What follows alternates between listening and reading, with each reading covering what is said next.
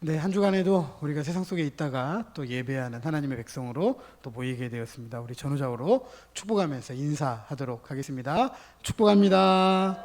네, 잘 나오셨습니다. 네, 은혜 받으십시다. 네, 복을 받으시려면은요. 네, 아멘. 복 받자고 하는데도 별로. 네, 네, 이만큼 복 받으세요. 아멘. 네. 우리가 이제 교회 일꾼을 세우기 위해서 오랜 동안 지금 준비해 오고 있습니다. 우리가 세우고자 하는 교회 일꾼, 교회를 섬기는 일꾼, 변화하는 세상, 교회 속에서 작지만 강한 교회, 섬기고 세워가야 된다. 그러기 위해서 꼭 알고 지켜야 될 세 가지가 있다라고 말씀을 드렸습니다. 첫 번째는 바른 신앙을 알아야 되겠고, 교회가 무엇인지에 대해서 알아야 되겠고, 그리고 성도의 본이 되는 일꾼으로서 준비되어져야 되겠다라는 그런 말씀을 드렸습니다. 그러면서 교회 일꾼은 균형 잡힌 일꾼이 되어야 된다. 성령과 지혜가 충만한 일꾼이 되어야 된다. 온전한 지도력을 가지고 존경받는 일꾼이 되어야 된다. 사람 됨됨이 인격을 갖춘 일꾼이 되어야 된다. 순종하는 일꾼이 되어야 된다. 예배에 성공하는 일꾼이 되어야 된다. 물질로 협력할 줄 아는 일꾼이 되어야 된다. 훈련으로 준비된 일꾼이 되어야 된다. 하나됨을 힘쓰는 일꾼이 되어야 된다. 특별히 금주, 금연, 이것을 통해서 덕을 세우는 일꾼이 되어야 된다. 이런 말씀을 쭉 살펴보았습니다. 물론 더 많은 것을 교회 일꾼들에게 주문을 할 수 있을 거예요. 하지만 더 많이 주문하는 것보다 앞서 살펴봤던 말씀을 통해서 신앙적인 삶을 살아가는 것, 그 말씀이 내 삶의 습관이 되도록, 그것이 신앙이 되기까지 살아가는 것은 더욱더 중요하다. 그래서 신앙의 성장에 대해서 지금 말씀을 나누고 있습니다. 우리가 성장하고 성숙해야 되는 이유를 말씀드렸고, 지난 시간에 우리 신앙의 성장을 위해서 꼭 필요한 것 세 가지가 있다라고 말씀을 드렸습니다. 첫 번째가 하나님의 지혜를 구해야 된다. 두 번째가 우리의 마음을 준비해야 된다. 그리고 마지막으로 이 마음은 누구의 마음으로 채워야 된다? 주님의 마음으로 채워야 된다라고 말씀을 살펴보았습니다. 자, 오늘은 성장하고 성숙하는 생활을 위해서 우리는 무엇을 노력해야 하는지 살펴보려고 합니다. 그것은 오늘 성경 강론의 제목이 이야기해 주는 것처럼 듣는 일꾼에서 행하는 일꾼이 되어야 된다. 듣는 일꾼에서 행하는 일꾼으로 변해야 한다라는 사실입니다. 성장하는 신앙생활에 있어서 말씀을 행하는 것은 중요하다. 그리고 그것이 전부이다라고 말을 해도 과언은 아닙니다. 왜냐하면 행함이 없는 신앙생활은 헛되기 때문입니다. 야고보는 행함이 없는 믿음은 뭐라고 했죠? 죽었다 그랬습니다. 행함이 없는 믿음은 죽었다. 그리고 오늘 우리가 읽은 본문이 포함된 마태복음 7장 21절 27절까지 한번 읽어보면 언젠가 말씀드렸지만 굉장히 충격적입니다. 우리 한번 오늘 마태복음 7장 21절부터 27절까지 한 절씩 교독하면서 읽어보도록 하겠습니다. 제가 먼저 21절 읽겠습니다. 나더러 주여 주여 하는 자마다 다 천국에 들어갈 것이 아니요 다만 하늘에 계신 내 아버지의 뜻대로 행하는 자라야 들어가리라.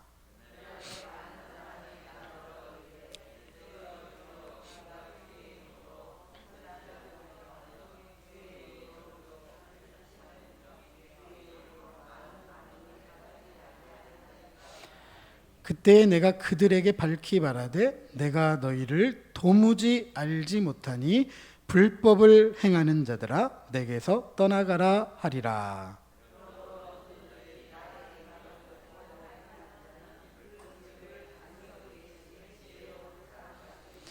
비가 내리고 창수가 나고 바람이 불어 그 집에 부딪히되 무너지지 아니하나니 이는 추추를 반석 위에 놓은 까닭이요.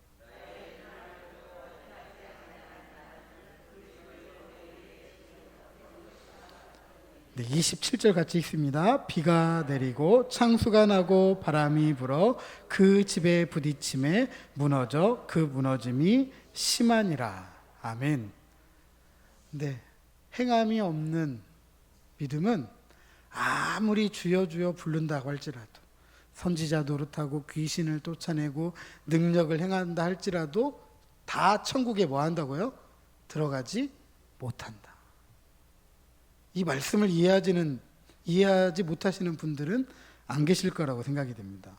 그러면서 이어지는 구절을 보니까 28절, 29절을 보니까 참 놀랐습니다. 제가 한번 읽어봅니다.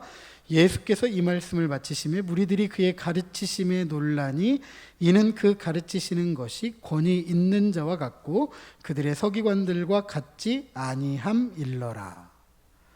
예수님의 가르침을 들었던 무리들이 놀랐다라고 했습니다. 그 이유가 무엇이냐? 지금까지 그들을 가르쳤던 서기관들과는 같지가 않기 때문이다라고 합니다. 무엇이 달랐을까? 서기관들과 예수님의 가르침 무엇이 달랐을까? 예수님 당시의 서기관들은요, 성경 필사자예요. 성경을 썼던 사람들입니다. 얼마나 철저하게 썼는지 자신들이 쓰는 성경의 본문에 자신들이 쓰다가 세 단어가 아니라 세 글자가 틀리면 바로 그것은 폐기예요. 세 글자 정도는 고쳐서 쓸 수 있지만 세 글자 이상은 절대 고쳐 쓰면 안 돼요. 그리고 그 당시가 종이를 얻는다는 게 쉬운 시절이 아닙니다. 그러니까 조금 틀렸다고 쫙 찢어내고 없애버리고 또 종이를 사가지고 쓴다는 일을 할 수가 없어요. 그러다 보니까 얼마나 세심하게 안 틀리고 성경을 쓰려고 했는지 모릅니다. 게다가 유대인들의 읽을 거리, 그러니까 유대인들이 전통적으로 읽어왔던 책들, 이런 책들을 기록한 사람들이 서기관들이에요. 그러면 여러분, 이 사람들이 얼마나 똑똑했을까요? 성경을 쓰는 사람들, 유대인들의 읽을 거리를 기록했던 사람들, 그러니까 이 머리로 알고 있는 지식들이 얼마나 많았겠느냐라는 것이죠. 성경에 대해서뿐만 아니라 일반적인 학문에서도 해박한 지식을 소유했던 이들이 서기관입니다. 오늘날로 말하면 상당히 엘리트층에 속하는 그런 사람들이었습니다. 그래서 이러한 권위를 가지고 사람들을 가르치면서 성경뿐만 아니라 유대인들의 문학이나 유대인들의 전통, 그들의 다양한 이야기거리를 인용하면서 사람들을 가르쳐요. 그러면 사람들이 얼마나 놀라죠? 우리도 TV나 어떤 세미나 강의를 들어보면 강의를 하는 사람, 이 강사가 많은 것들을 인용하면서 어떤 데이터를 소개하고 하면 그 사람이 말을 믿어요, 안 믿어요? TV 나와가지고 혈관에 빨간 채소, 빨간 과일 좋다고 하면 다 빨간 것만 드시더라고. 누가 말하니까 들어요? 누가 말하니까? 제가 빨간 걸 드시면 혈관에 좋습니다, 혈액에 좋습니다 하면 드실까요, 안 드실까요? 괜찮아요. 그렇게 안 하셔도 괜찮아요. 저하고 그분이 다른 것은 그분은 그것의 전문가, 그죠? 전문가가 이야기하니까 아 맞아, 그 권위를 인정하는 거예요. 그리고 그냥 빨간 채소, 빨간 과일을 먹으면 혈관에 좋고 혈액에 좋다니까 막 드시는 거예요. 요즘은 다이어트 열풍이잖아요. 시서스 가루인가요? 저 인도네시아 어디에서 나오는 뭐 나무 종류의 어떤 가루라고 하는데 그거 먹으면 다이어트 잘 된다고 그냥 TV에 온 홈쇼핑에 맨 그 가루 선전이에요. 안 사는 사람들이 없는가 봐요. 1년치에 막 20만 원, 30만 원 하는데 막 그냥 투자하는 것 같아요. 모든 방송이 그거 하는 거 보면. 이유가 뭐냐면 그거에 대해서 잘 아는 사람, 그것에 대해서 연구한 사람, 그것의 전문가이니까 그걸 믿고 듣는 거예요. 그러니까 당대의 서기관들이 강의를 한다, 어떤 이야기를 한다, 말씀을 전한다라고 하면 바로 그런 분위기라는 거죠. 그래서 서기관들의 가르침이 끝나고 나면 그 서기관들의 가르침을 들었던 사람들은 한결같이 이렇게 인사합니다. 정말 감사합니다. 우리들의 마음에 꼭 필요한 것을 얘기해 주셔서 감사합니다. 예리하게 찌르는 그런 말씀을 우리에게 해주셔서 감사합니다. 이렇게 인사했다고 합니다. 예수님은 이런 서기관들의 가르침과는 뭐 했다? 달랐다라는 것이죠. 서기관들과 다른 예수님의 가르침에 대해서 오늘 본문이 뭐라고 이야기하고 있느냐? 권위 있는 자와 같다라고 했습니다. 그렇다면 서기관들과 예수님의 가르침의 차이를 나타내는 권위 있는 자와 같다라는 것이 무엇일까? 물론 다양한 이해를 할 수가 있습니다. 많은 분들이 다양하게 해석을 해왔는데 오늘 본문의 핵심적인 내용과 비교를 해보면 권위 있는 자와 같다는 가르침, 이건 무엇을 의미하느냐? 그 가르침을 들었던 사람들이 그냥 듣지만 않고 듣는 것을 넘어서 행동에 옮겼다라는 거예요. 서기관들의 가르침은 귀로 들어서 알겠어요. 그것이 얼마나 날카로운지, 얼마나 해박한 건지, 얼마나 많은 정보인지를 알려줬지만 그것이 행동까지 갔다 안 갔다? 가지 않았다는 거예요. 근데 예수님의 가르침은 말씀을 들은 사람이 듣는 것으로만 끝나지 않고 행동에 옮길 수밖에 없는 그런 가르침이었다라는 것을 알 수가 있습니다. 즉 아무리 좋은 설교자일지라도 모두가 권위 있는 자와 같지는 않다. 즉 듣는 사람은 많지만 행동하는 사람이 없다는 것은 듣기는 좋은 말씀일 수는 있지만 권위 있는 가르침은 되지 못한다라는 것입니다. 예수님의 가르침은 듣는 자들로 하여금 행하도록 하셨던 권위 있는 가르침이었습니다. 예수님은 조금도 주저함 없이 즉각적이고 완전한 순종을 요구했습니다. 그러나 교회 안에 오랫동안 신앙생활을 했음에도 불구하고 영적 어린 아이들이 많은 이유는 바로 이거죠. 듣는 것을 넘어서 행동하는 신앙으로 나아가지 못하기 때문이다라는 사실입니다. 이처럼 성장하지 못하는 신앙생활의 중요한 이유 중 하나는 말씀을 듣기만 하고 행하지 않는다라는 사실입니다. 성경은 행동이 뒤따라야 합니다. 이것을 경각시키기 위해서 오늘 본문은 이렇게 가르칩니다. 나의 이 말을 듣고 행하지 아니하는 자는 그 집을 모래 위에 지은 어리석은 사람 같다. 물론 우리는 들어야 합니다. 모르는 것보다는 아는 것이 낫기 때문입니다. 하지만 안다는 것은 그만큼 책임이 따른다는 것이죠. 알면서도 행하지 않는 것은 몰라서 못하는 것보다 훨씬 더 나쁩니다. 왜입니까? 모른다면 그것이 이유가 되어서 이해를 해줄 수 있어요. 아, 몰라서 그랬구나. 그러면 이제는 알면 되지라고 이해가 돼요. 하지만 안다는 것은 그 자체가 책임에서 자유로울 수가 없는 것입니다. 많은 분들이 이렇게 신앙생활하죠. 목사님이 설교가 끝나면 목사님 오늘 은혜 많이 받았습니다. 오늘 말씀에 은혜가 되었습니다. 감사합니다. 라고 하지만 삶에는 아무런 변화가 없습니다. 이런 경우 그 사람 자신에게는요, 죄송한 이야기지만 아무런 유익이 없습니다. 흔한 말로 마당만 밟고 가는 그런 신앙생활일 뿐이에요. 말씀을 듣고 행동하는 사람만이 성장하고 성숙합니다. 말씀을 행하기 전까지 신앙적으로 성장했다, 성숙했다라고 말할 수 없는 것입니다. 듣는 것을 넘어 행동하는 일꾼으로 성장하고 성숙하기 위해서 목회자의 노력 필요합니다. 하지만 개떡같이 말해도 찰떡같이 알아듣는 누구의 노력도 필요해요? 누구의 노력도 필요해요? 성도들의 노력도 필요합니다.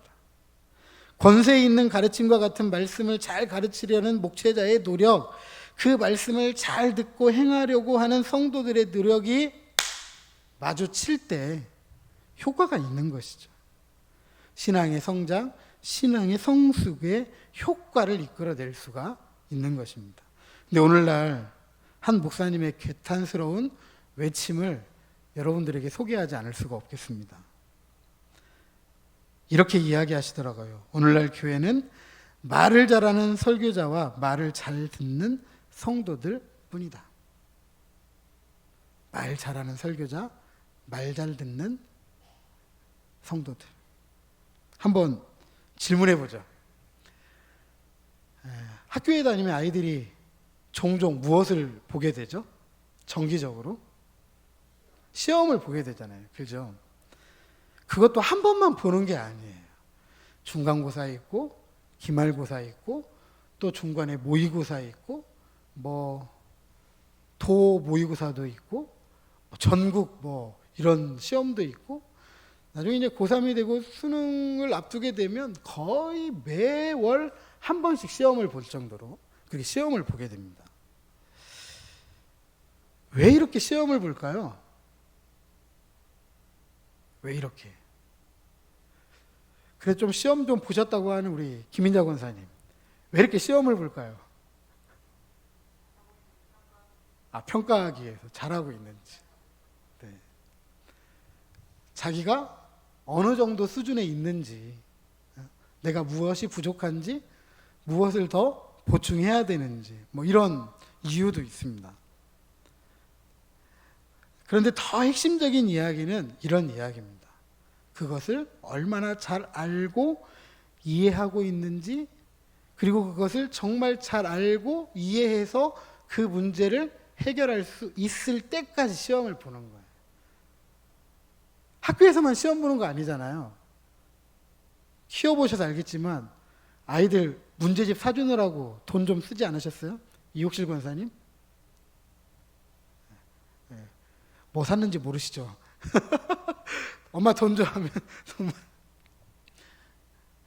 학교에서 시험 보는 것뿐만 아니라 학교에 선생님들이 문제지도 내주지만 개인적으로 또 사가지고 문제지를 열심히 풀어요. 그 문제를 잘 풀 수 있을 때까지 뭐 하는 거예요? 연습하는 거예요. 이런 문제, 저런 문제, 문제가 이렇게 나올 수도 있고 저렇게 나올 수도 있고 이렇게 풀면 되는 거지 저렇게 풀면 되는 거지, 이걸 끊임없이 하는 거예요. 남권사님, 농사가 쉬우세요? 어려우세요? 어려우세요? 그럼 저 같은 사람한테는 농사가 쉬울까요? 어려울까요? 왜 어려울까요? 저는 농사를 해본 적이 없는 사람입니다. 여기 와가지고 조금 배우는 거죠. 그래도 평생을 하셨으니까 이때는 뭐하고 이때는 뭐하고 이때는 뭐하고 이때는 뭐 심어야 되고 뭐 해야 되고 이런 아시는 거죠. 그죠? 그게 무엇이 된 거예요 지금? 삶이 됐잖아요. 삶이. 그러니까 자연스럽게 그때가 되면 그것을 안 하면 안 되는 거예요. 우리 어르신들 몸이 아프고 힘들어도 그때가 되면 몸이 어떻게 해요? 그냥 움직여야 돼. 안 하면 이상해요. 그게 왜 그래요? 뭐가 됐으니까? 습관이 되고 삶이 됐으니까. 삶이 됐으니까. 저는 주일날 예배를 안 드리면 되게 이상해요. 지난 3월달, 4월달 코로나19가 너무나 확장하니까 교회 예배도 쉽니다. 이렇게 해서 우리가 온라인 예배 드리고 했잖아요. 집에서 가족끼리 예배 드리는데 지금 내가 뭐 하고 있는 거지? 그런 생각이 들더라고요. 왜 그래요? 항상 주일이 되면 함께 모여서 예배하고 신앙생활하는 게 삶이 되고 습관이 됐는데 그걸 못하니까 몸이 되게 이상한 거예요. 지금도 정말 제 패턴이 아니죠. 주일날 오후에 모여야 되고 이래야 되는데 이러지 않으니까 제 이 어떤 전체적인 한 주간의 리듬이 다 이상해요. 지금도. 우리가 지금 이 자리에 앉아 있는 이유도 마찬가지입니다. 어떤 경우에는 늘 새로운 것을 저한테 요구할 수도 있으실 거예요. 목사님, 옛날에 들었던 거 말고 새로운 것. 옛날에 들었던 걸 말고 새로운 이야기를 가르쳐야지 왜 다 알고 있는 듯한 이야기 또 하고 또 하지 않으면 안 될까요? 듣는 것을 넘어서 행동하자, 이거 한두 번 들어보셨겠습니까? 저에게만 들어본 거 아니고 이미도 여러 목사님들을 통해서 들어보셨을 테고 방송을 통해서도 들어보셨을 테고 한두 번 들어본 이야기는 아닐 거예요. 왜 또예요? 우리가 안 되니까. 될 때까지 하자고 하는 이야기죠. 사도 요한은 사랑의 사도로 잘 알려져 있습니다. 사도 요한이 기록한 요한복음, 또 사도 요한이 쓴 편지인 요한 1서, 요한 2서, 요한 3서에 보면 얼마나 사랑이 강조되어져 있는지 몰라요. 하나님은 사랑이시라. 사랑하지 않으면 하나님을 모른다라고 끊임없이 가르쳤던 사람이 누구라고요? 사도 요한이에요. 그런데 사도 요한이 목회했던 에베소 교회, 요한계시록 2장에 보면 이 에베소 교회를 책망을 하는데 뭐라고 에베소 교회가 책망을 듣느냐? 이렇게 책망을 듣게 됩니다. 그러나 너를 책망할 것이 있나니 너의 처음 사랑을 버렸느니라. 올바른 신앙을 지킨다고 했는데 뭐가 없었어요? 사랑이 없었어요. 사도 요한이 끊임없이 사랑을 외치고 가르쳤던 이유가 뭐예요?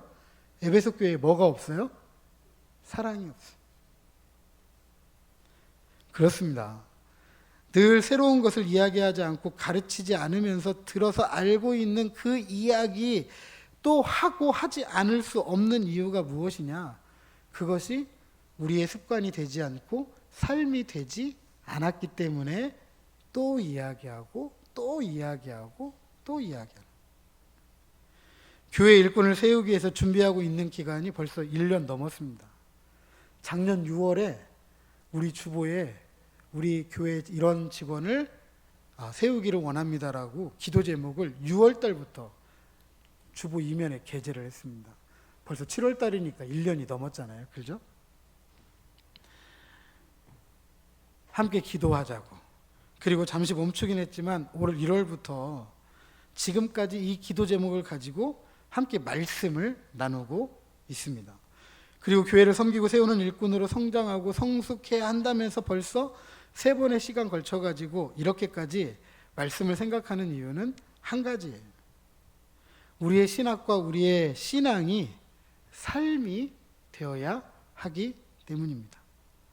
교회를 섬기고 세우는 우리의 사역이 단지 머리로 하는 것이 아니기 때문이에요. 교회를 섬기고 세우는 사역이 단지 우리의 한 번의 감정으로 하는 일이 아니기 때문입니다. 교회를 섬기고 세우는 사역이 단지 율법적인 행동주의, 다시 말씀드리면 해야 되니까 어쩔 수 없이 하는 그런 일이 되어서는 안 되기 때문에 끊임없이 성장해야 됩니다. 성숙해야 됩니다. 우리의 삶이 되기까지, 우리의 습관이 되기까지 이렇게 해야 된다라고 여러분에게 말씀을 드리고 있는 것입니다. 교회를 섬기고 세우는 성장하고 성숙한 일꾼으로서 열매를 맺어가야 하는 일이기 때문에 잘 알아야 하지만 그것이 이해되고 깨달아져서 믿음으로, 사랑으로, 소망으로 열매를 맺어가는 사역이 되기 위해서 반복하고 또 반복하고 이야기하고 또 이야기하고 가르치고 또 가르치는 것입니다. 오늘 본문이 우리에게 가르칩니다. 듣고도 행하지 않는 일꾼은 모래 위에 교회를 짓는 어리석은 일꾼이다. 가르칩니다. 예수님은 사람을 설득하지 않았습니다. 예수님은 살아가도록 명령을 했습니다. 누가복음 19장에 보면 예수님께서 돌무화과나무 위에 앉아있던 키 작은 세리 삭개오에게 내 말을 잘 듣고 이해하고 깨닫고 행동해라 라고 하지 않았어요. 삭개오에게 너 내려와라, 즉시 내려와라 라고 합니다. 그리고 내가 네 집에 머물게 라고 합니다. 그랬더니 삭개오가 바로 내려와 가지고 예수님을 자기 집으로 모시고 가요. 예수님의 명령을 바로 따랐습니다. 그랬더니 삭개오가 어떻게 변하는지 아십니까? 누가복음 19장 8절 말씀입니다. 같이 한번 자막 보시면서 읽어보죠. 자, 시작.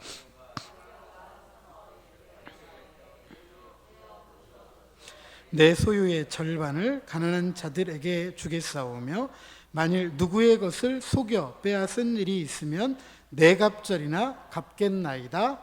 아멘. 당시에 세례는 도둑놈이에요. 로마에 딱 붙어가지고 로마가 걷고자 하는 세금뿐만 아니라 자기들 배를 채우고자 하는 돈까지 더 받아냈던 사람들이 세리입니다. 그래서 세리하면 도둑놈, 이렇게 머릿속에 떠오르거든요. 그런 도둑놈 세리가 예수님의 명령을 따라서 자기 집으로 모시고 가가지고 그 예수님을 통해서 어떻게 변하게 돼요? 이렇게 변하는 거죠. 내가 도둑놈인지 압니다. 그러니까 제가 지금까지 치부했던 내 재산, 내 소유의 반절을 가난한 사람에게 나눠주겠습니다.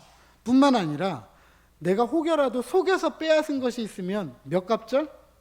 네 갑절. 4배를 갚아주겠대요. 도둑놈이 이 정도 되면 많이 변한 거 아니에요? 아멘. 많이 변한 게 아니라 확 변한 거예요. 아멘. 예수님의 명령을 따랐더니 어떻게 됐어요? 180도 변한 거예요. 180도. 이처럼 예수님의 교육 방법은 명령입니다. 예수님은 명령을 통해서 구체적으로 어떻게 행하라라고 가르쳐 주십니다. 마치 부모가 아이에게 심부름 시킬 때 어떻게 하죠? 야, 이거 사와라 라고 이야기하지, 네가 이걸 왜 사와야 되는지, 오늘 저녁에 내가 어떤 요리를 하는데 이게 필요하거든, 이걸 언제 넣어야 되거든, 그러니까 꼭 가서 사와라. 이렇게 자녀에게 심부름 시키시는 어머님들 계십니까?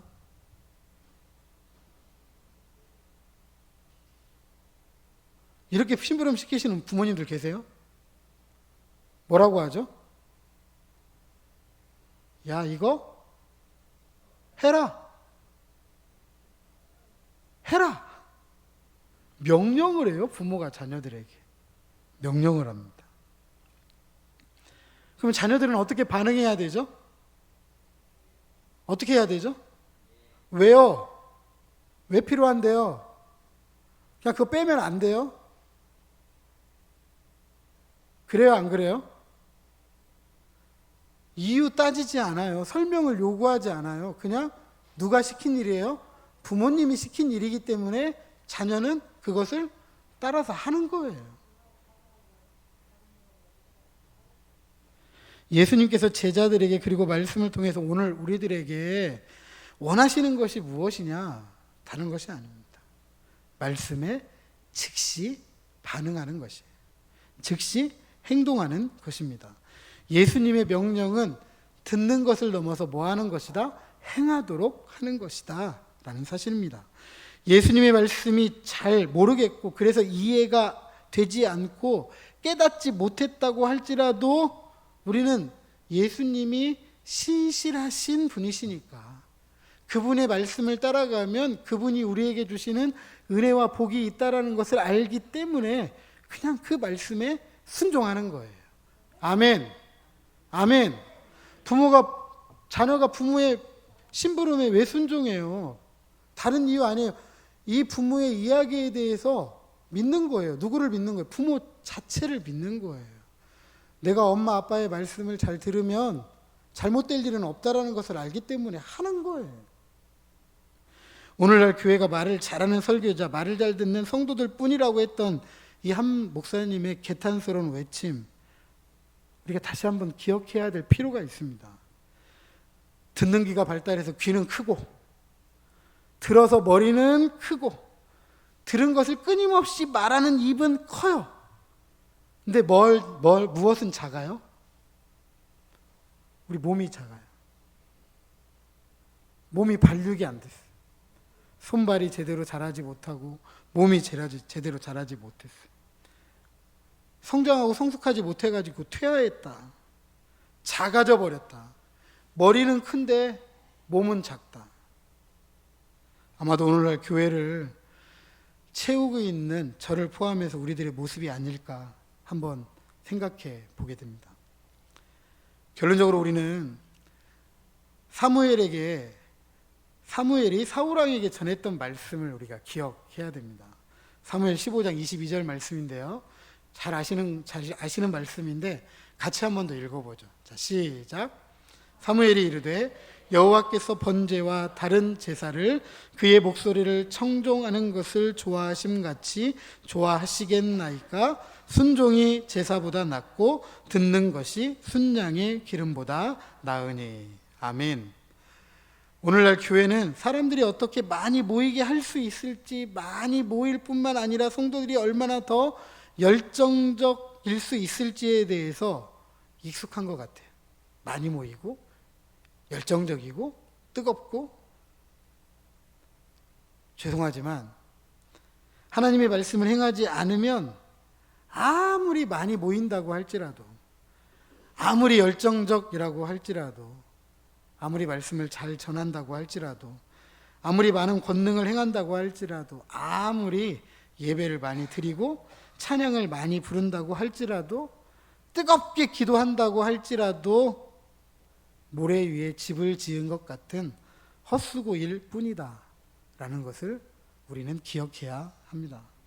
오히려 사울왕의 제사처럼 가증할 뿐이에요. 주님이 우리에게 원하시는 것, 교회를 섬기고 세우는 일꾼에게 원하시는 것은 주님의 말씀을 따르는, 그 말씀에 즉각적으로 그리고 온전하게 순종하는 것입니다. 하나님께서 반드시 우리에게서 받으시는 예배는 순종의 삶으로 드려진 것이다 라는 것을 기억해야 됩니다. 이에 대해서 바울은 로마서 12장 1절 말씀에 이렇게 이야기합니다. 그러므로 형제들아, 내가 하나님의 모든 자비하심으로 너희를 권하노니 너희 몸을 하나님이 기뻐하시는 거룩한 산 제물로 드리라. 이는 너희가 드릴 영적 예배니라. 너희 몸을 산 제물로 드리라는 것은 구약에 하나님 앞에 제사 드릴 때 우리를 대신해서 동물로 예배를 드렸잖아요. 그죠? 동물로. 그때 동물로 예배를 드릴 때 어떻게 예배를 드려요? 놋제단 위에 이 동물들을 각을 떠요. 다 각을 떠요. 쪼개고 부수고 해가지고 놋제단 위에 불을 태워서 하나님 앞에 화제로 올려드립니다. 너희 몸을 거룩한 산 제물로 드리라는 말은 마치 구약에 하나님 앞에 드려졌던 그 제물처럼 우리의 몸을 쪼개라는 거예요. 우리의 몸을 갈르라는 거예요. 그 말은 다른 말이 아닙니다. 하나님의 말씀에 순종하는 삶을 통해서 하나님께서 받으시는 예배, 영적 예배, 합당한 예배 드리라라는 것입니다. 이처럼 주님의 말씀을 행함으로 드려지는 예배와 찬양, 그 기도로 인한 하나님의 기쁨, 이렇게 표현합니다. 내가 이기지 못한다. 사랑하는 성도 여러분, 말씀을 듣고도 행하지 않으면 영적 어린아이 수준에 머무를 수밖에 없습니다. 성장하고 성숙한 신앙생활을 위해서 우리는 우리가 듣고 알고 이해하고 깨달은 것을 삶으로 살아내야 합니다. 균형 잡힌 일꾼이 되어야 된다. 그러면 믿음으로 일하고 사랑으로 섬기고 소망으로 인내하는 것 몸부림칠 수 있어야 돼요. 그것이 균형 잡힐 때까지 성령과 지혜가 충만한 일꾼이 되기 위해서는요,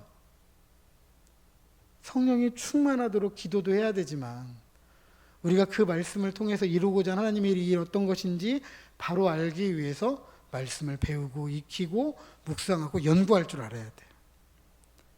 온전한 지도력으로 존경받기 위해서는 존경받을 만해야죠.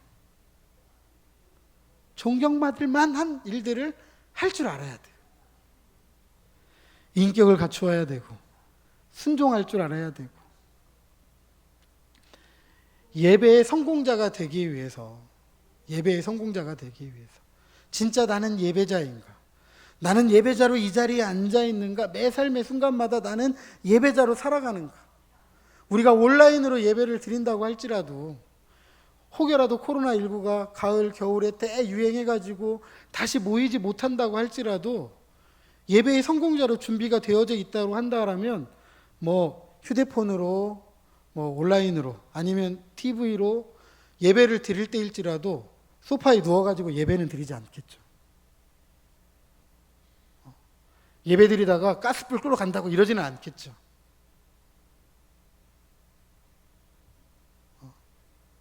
예배 시작부터 끝까지 예배를 드려야 되는데 뭐 설교할 때쯤 봤다가 설교 끝나면 딱 꺼버리진 않겠죠.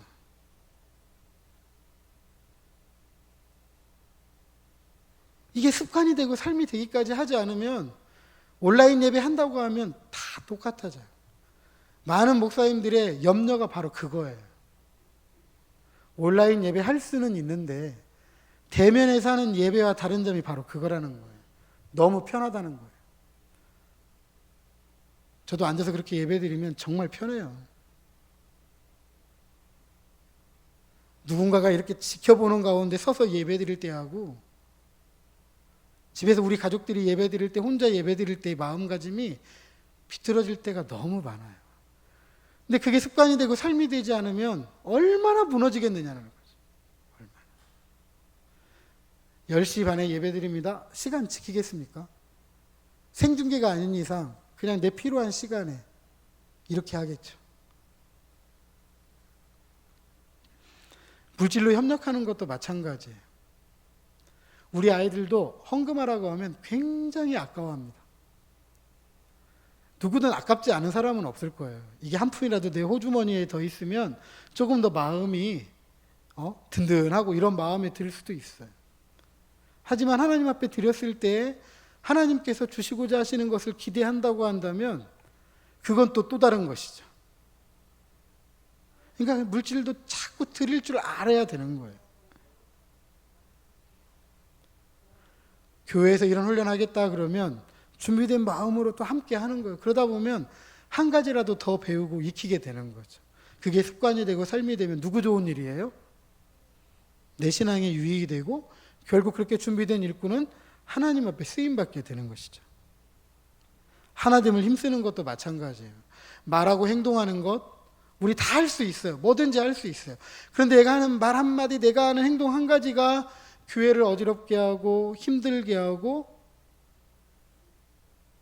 어지럽게 한다면 내가 하고자 하는 말 한마디라도 때로는 멈출 수 있어야 되고 내가 할 수 있는 행동도 쉴 수도 있어야 되는 거죠.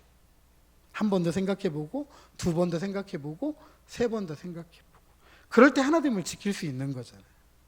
덕을 세우는 일도 마찬가지고 금주 금연에 대한 이야기 말씀드렸지만 이것뿐만 아니라 굉장히 많아요. 교회에서 모여서 예배드리는 시간은 짧지만 나가서 우리 이웃들과 살아가는 삶의 시간은 참 많아요. 덕을 세운다고 할 때 바로 그런 거예요. 교회 안에 모였을 때는 우리 누구 나쁜 사람이 누가 있어요? 다 선하고 좋죠. 근데 나갔을 때 우리 본 모습이 나오는 거예요. 나갔을 때.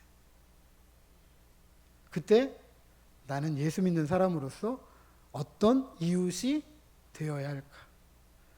내가 그 이웃으로서 내가 하는 말 한마디 행동 하나 어떤 것이 우리 교회 하나님에게 욕되게 하는 것은 아닐까?